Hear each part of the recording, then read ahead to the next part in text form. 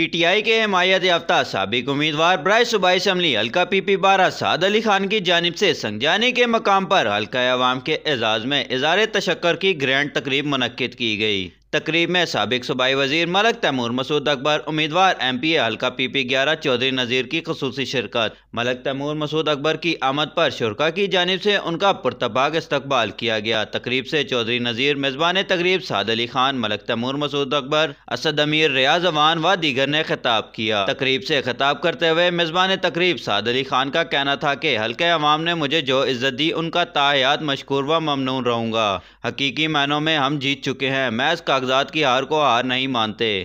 در حقیقت آج ہم جیت کا جشن منا رہے ہیں۔ ان کا کہنا تھا کہ جب تک زندگی ہے عوام کی تابعداری کروں گا۔